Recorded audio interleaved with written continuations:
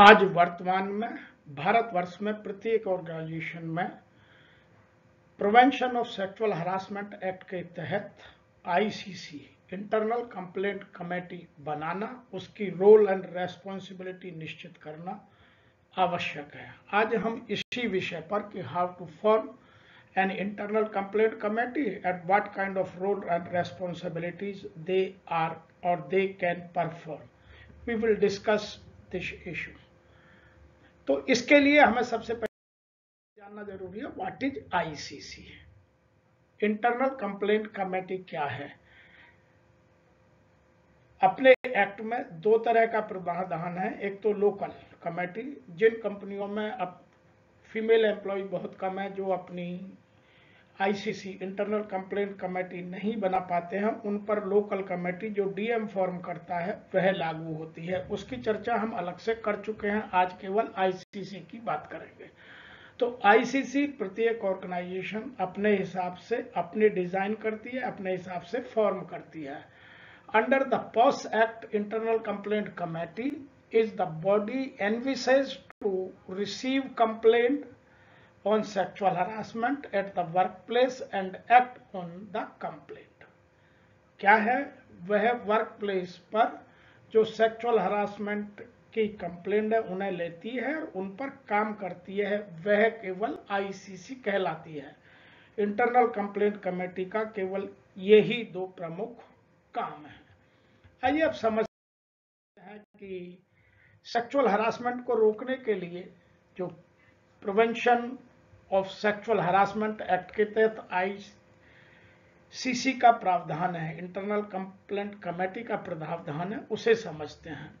As per section तो हमने बहुत जगह बहुत डिफाइन किया है, जब कोर्स करते हैं तब बात करते हैं। आज साधारण शब्दों में समझाने की कोशिश करते हैं। इसके 4 तरह के मेंबर इसमें होते हैं। Number 1 presiding officer, number 2 members इनकी डिटेल अभी बात करते हैं। नंबर 3 एनजीओ एसोसिएशन का एक रिप्रेजेंटेटिव और एक एक्सपर्ट मेंबर। अब who can be the presiding officer? Presiding officer एक लेडी फीमेल एम्प्लॉई हो सकती है, who is responsible for conducting the inquiry into the complaint of sexual harassment। Presiding officer के दो काम हो गए। नंबर 1 एक लेडी होना और दूसरा उसकी रेस्पॉन्सिबिलिटी है कि जब भी सेक्सुअल हरासमेंट एक्ट के तहत कोई कंप्लेंट आए तो उसमें या तो काउंसलिंग करना या इंक्वायरी करना। She must be a senior level employees. इसकी जो दूसरी क्वालिफिकेशन है, number 1 women female employee, number 2 senior level. अब प्रिजाइडिंग ऑफिसर को लोअर लेवल की लेडी को नहीं बना सकते, जिसके हाथ में कुछ पावर्स हो, जिसकी कुछ से हो, जो ऑर्गेनाइजेशन में अपनी बात को ठीक से रख सके। तो इसकी दूसरी क्वालिटी यह है। तो senior level employee of the organisation and should have experience in dealing with such issues. उसको एक्सपीरियंस होना चाहिए। वो under POSH act she should be properly trained and aware of the latest provisions of the sexual harassment act. तो 3 चीजें presiding officer के लिए compulsory. Number 1 female, number 2 senior employee, number 3 having the proper experience to deal with the provisions of sexual harassment act. अब हम दूसरी बात करते हैं, who can be the member and how can be, कौन हो सकता है, कितने हो सकते हैं। नंबर 1 जो आपने आईसीसी बनाई है, इंटरनल कंप्लेंट कमेटी बनाई है, उसकी 50% तक ये लोग जा सकते हैं। मतलब यदि आपने 10 मेंबर बनाए हैं तो ये 5 होंगे, बाकी आपके लोग अलग काउंट होंगे। These member should be representative of diverse workforce of the organisation. ये जो ऑर्गेनाइजेशन में जितनी फीमेल एम्प्लॉयज काम कर रही हैं उन सब का रिप्रेजेंटेशन करेंगे। They also should have experience in dealing with issues related to the sexual harassment. तो बार बार यह बात आ रही है कि उनको सेक्सुअल हरासमेंट की नॉलेज होना, हाउ टू डील विद, वो बहुत कंपलसरी है और वो तभी संभव है जब उनकी properly time to time training की जाए। तो इसके लिए मेंबर के लिए भी number half of the members, representative of whole workforce of organisation, और number 3 experience in dealing with the issues related to the sexual harassment. इसके भी ये दो बातें हुई। नंबर 3 हम बात की थी एनजीओ और एसोसिएशन रिप्रेजेंटेटिव। हर आईसीसी में एक या तो बाहर के एनजीओ का या जो एसोसिएशंस हैं, जो ऑर्गेनाइजेशन से अपनी एसोसिएशन बनाते हैं, उनका एक रिप्रेजेंटेटिव होना आवश्यक है, एक मेंबर का होना आवश्यक है। वह या तो किसी एनजीओ से आए या एसोसिएशन से आए। This member should have the knowledge of experience and dealing with the issues related to the experience. इसके लिए भी यही कंडीशन है, वह चाहे जिससे आए, चाहे तो एसोसिएशन से आए, चाहे वो एनजीओ से आए, लेकिन उसको sound and depth knowledge to deal with the sexual harassment cases आवश्यक है। नंबर इसमें जो चौथा है, एक एक्सपर्ट मेंबर, जिसको पॉश के तहत पूरी जानकारी लेटेस्ट उसका अपडेट होना कंपलसरी है, और वह भी one member of the IC must be a person familiar with the issue related sexual harassment. This can be an academic और लीगल एक्सपर्ट। इसके लिए दो कंडीशन लगा दी, क्योंकि ये बाहर से हो सकता है, तो उसको एकेडमिकली साउंड नॉलेज होना चाहिए, नंबर 2 लीगल एक्सपर्ट होना चाहिए, और उसको एक्सपीरियंस होना चाहिए। तो the internal committee plays a crucial role in ensuring that the organization is compliant with the POS Act। क्योंकि आईसीसी का प्रमुख रोल रहता है कि जिस भी ऑर्गेनाइजेशन में वह काम कर रहे हैं, वहां जो कोई भी कंप्लेंट आती है उसको एंश्योर करना कि उसका विधिवत तरीके से उस पर एक्शन किया गया और उसको पालन किया गया। तो इसके लिए ये 4 मेंबर होना जरूरी है। इस तरह से इसको फॉर्म किया जाता है। उसके साथ इससे अधिक जानने के लिए आप हमारे पुराने वीडियो देख सकते हैं या अपने यहाँ ट्रेनिंग करा सकते हैं। नंबर नेक्स्ट हम बात करते हैं, इस आईसीसी जब फॉर्म हो जाती है, इसकी रेस्पॉन्सिबिलिटीज क्या है। तो इसमें सबसे पहली रेस्पॉन्सिबिलिटी आती है ड्राफ्टिंग एंड ऑर्गेनाइजेशन पॉलिसी।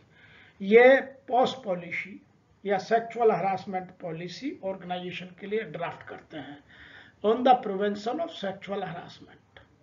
उनको नॉलेज होगी तभी वो ड्राफ्ट कर पाएंगे उनमें, क्योंकि वो ऑर्गेनाइजेशन की हर चीज को ठीक से समझते हैं, उसकी बिजनेस को, बिजनेस नीड को, एम्प्लॉय मिक्स को, एम्प्लॉय फ्रेमवर्क को, एम्प्लॉय माइंडसेट को, तो वह अपनी पॉलिसी में उन सबका समावेश ठीक से कर सकते हैं। Number 2, working towards creating safe and respective work place for all employees.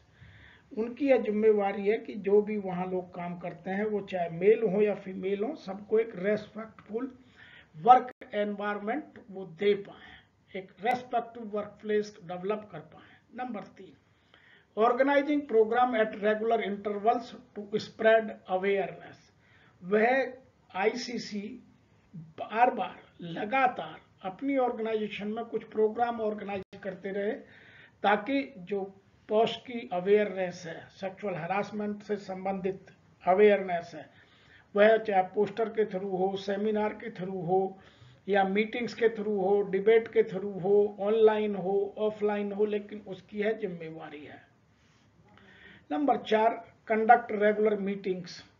उनकी यह भी जिम्मेवारी है कि वह एक इंटरमिटेंट इंटरवल के बाद मीटिंग कंटिन्यूस करें।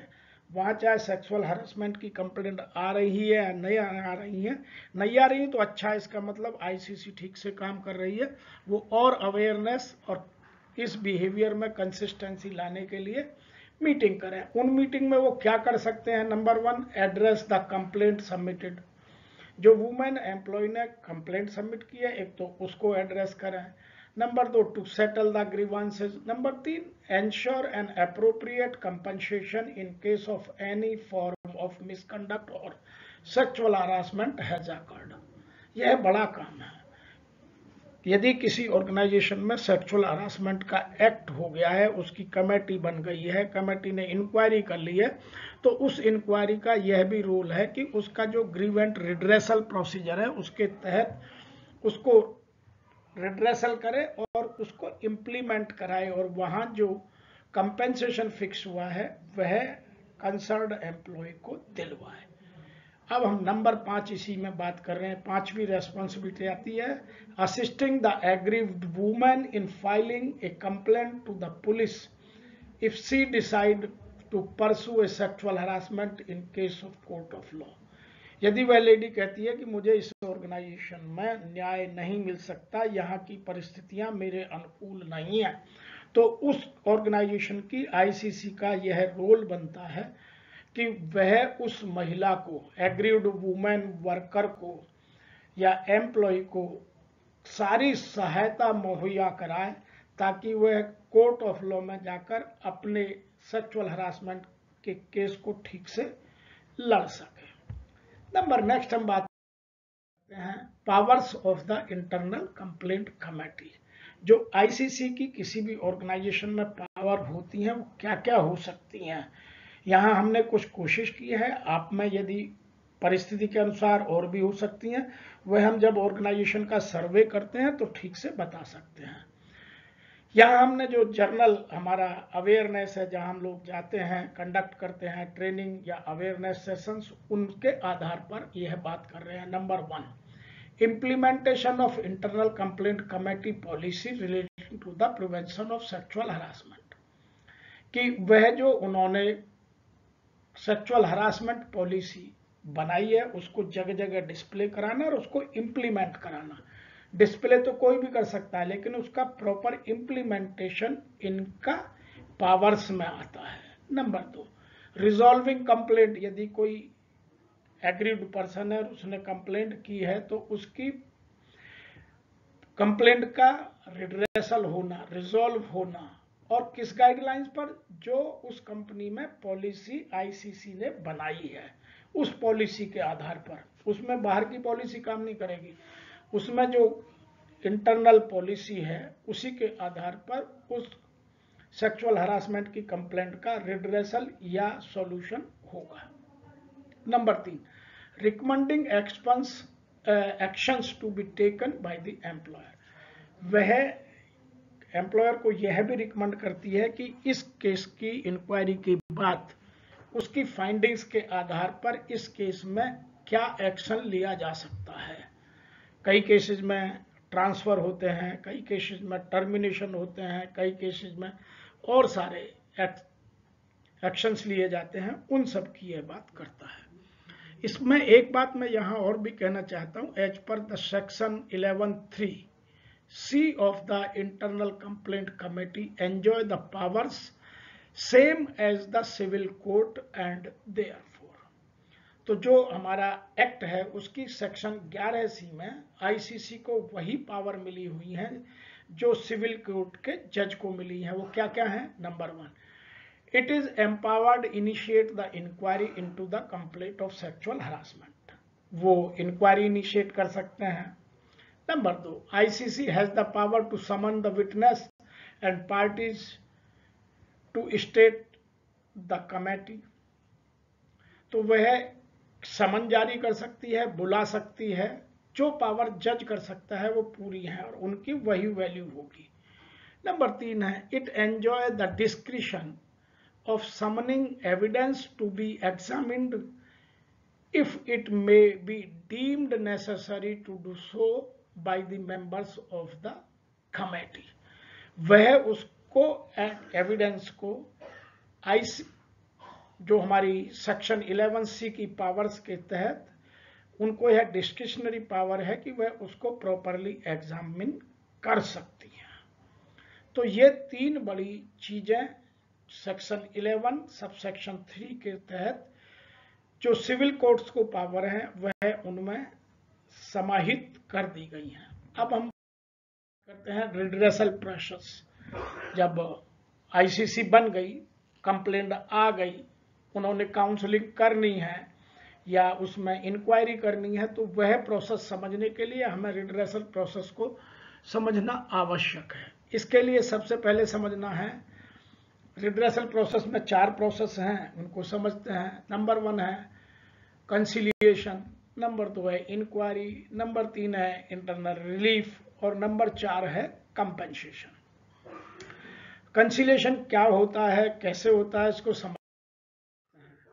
कंसिलिएशन प्रोसीजर में जो आईसीसी का चेयरमैन है या किसी मेंबर को वो जिसको नॉमिनेट कर देता है, वह पर्सन कंसर्न्ड की कंप्लेंट के आधार पर दूसरी पार्टी को बुलाता है, उसकी काउंसलिंग करता है।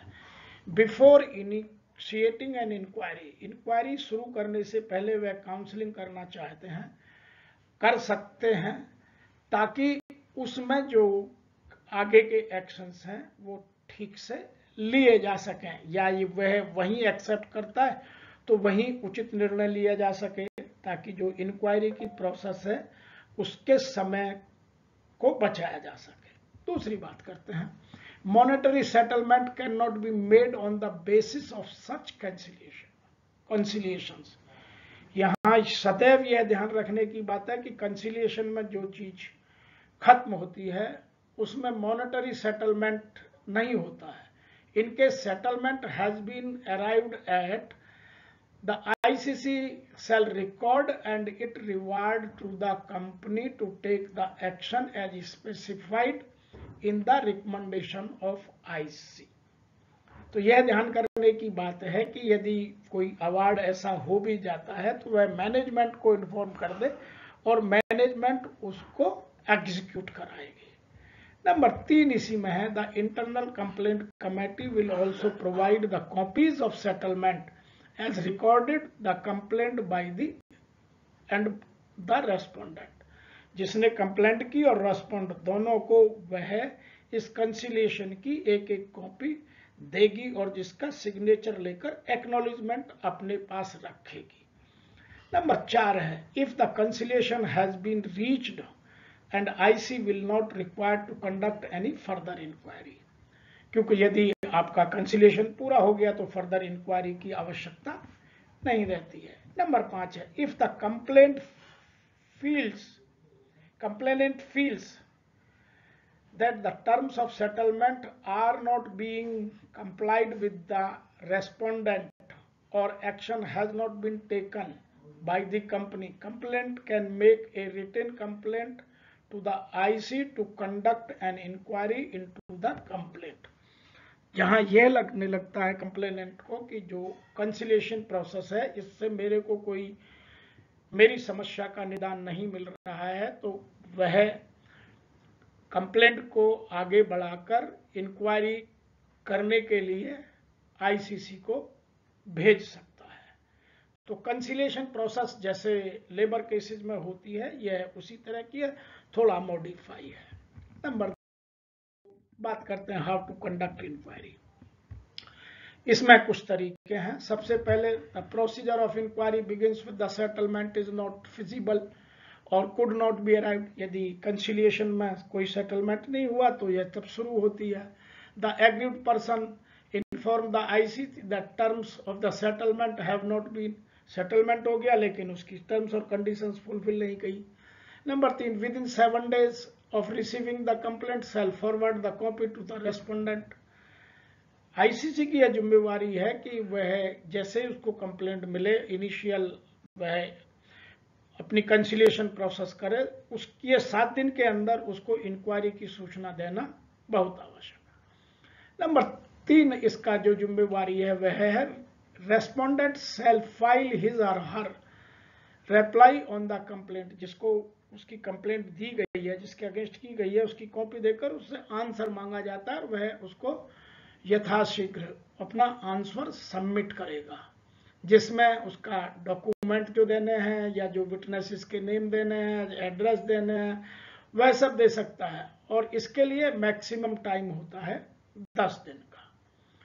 नेक्स्ट बात करते हैं कि जब complainant or the respondent of the complaint shall not be allowed to bring any legal practitioner or represent them।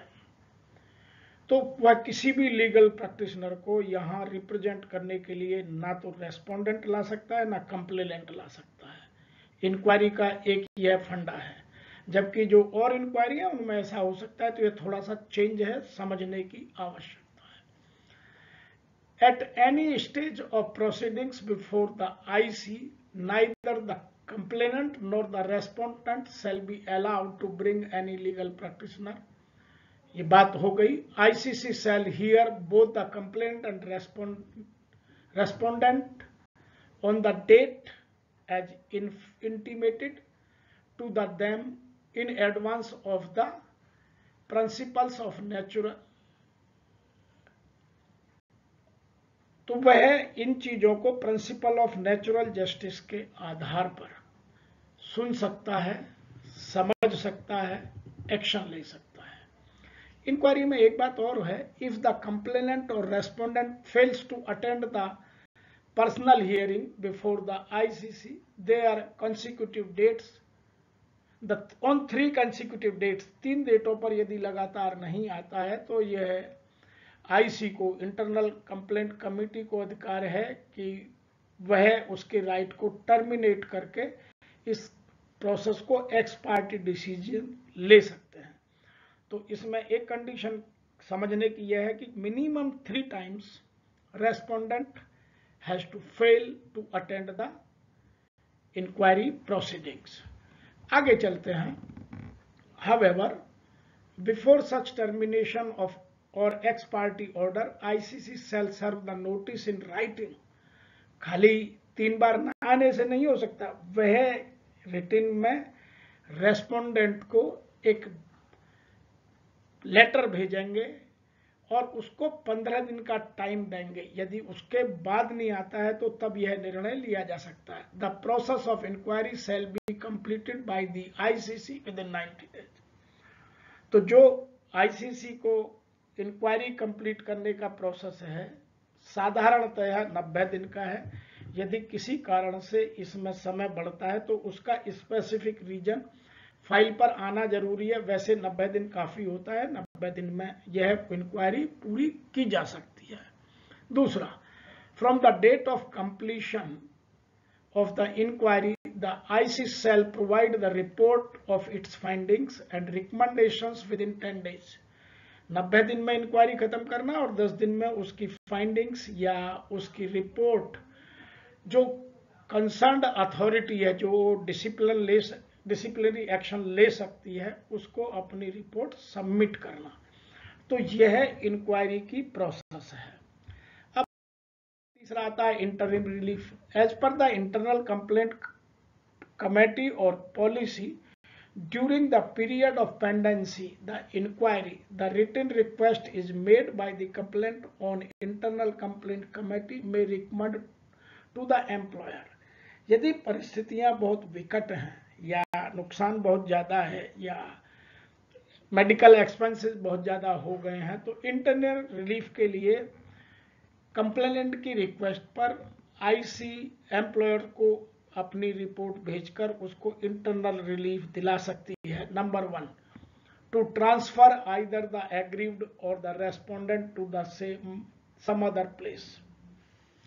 एक डिपार्टमेंट से दूसरे डिपार्टमेंट में ट्रांसफर हो सकता है, एक लोकेशन से दूसरी लोकेशन को हो सकता है। तो transfer is one option. Second है टू ग्रांट लीव। यदि ऐसा लगता है कि जो एग्रीव्ड वुमेन है वो डरी हुई है, सहमी हुई है, या उसको अभी मेंटल माइंडसेट, उसका फ्रेमवर्क अभी भी डर में है, तो उसको छुट्टी सैंक्शन कर सकती है। और छुट्टी की संख्या मैक्सिमम 3 months यहां दी गई है, उससे अधिक नहीं। और but this should be the in addition to the leave she would have otherwise entitled to. ये छुट्टियां उसकी अर्नड लीव या कैजुअल लीव या सिक लीव के साथ नहीं, ये छुट्टियां अलग से इंटरनल रिलीफ के तहत, इंटरिम रिलीफ के तहत ICC उसको ग्रांट कर सकती है। नंबर तीसरा जो बेनिफिट इंटरिम रिलीफ में आ सकता है, to accord any other relief to the aggrieved as may be found to be appropriate। जो उस केस में as a principle of natural justice जो एप्रोप्रिएट लगता है वह राहत भी एज इंटरिम रिलीफ अंतरिम राहत के नाम पर दी जा सकती है। Number 4, to restrain the respondent from the reporting on the performance of the complainant, कि यदि वह उसका सबऑर्डिनेट है तो जो उसकी परफॉर्मेंस है उस कंप्लेनेंट की, उस पर कोई एक्शन को नहीं ले सकता उसका बॉस जिसके अगेंस्ट में उसकी कंप्लेंट हुई है। मतलब यह हुआ कि परफॉर्मेंस असेसमेंट का प्रोसेस पूरा क्लोज हो जाता है। नंबर पसंद आया तो आप हमें लिखिए, हमारे चैनल को सब्सक्राइब कीजिए और लाइक कीजिए, अपने मित्रों तक शेयर कीजिए। आपको यदि लगता है कि अपने यहाँ लोगों को ट्रेंड करने की आवश्यकता है तो आप मुझे या मेरे संगठन को लिखिए, हम आपके यहाँ कर प्रैक्टिकल ट्रेनिंग देंगे। हम आपके यहाँ से एक्सपर्ट रखते हैं, उन्हें आपकी सलाह में भेज सकते हैं। तो आपको यदि पोस्ट से रिलेटेड कोई भी अपनी जानकारी अपडेट करनी है, ट्रेनिंग दिलवानी है, तो आप मेरी organisation V K dynamic leadership centre से संबंध स्थापित कर सकते हैं। अब मैं आशा करता हूं कि हम आपकी मदद के लिए सदैव सार्थक और सहायता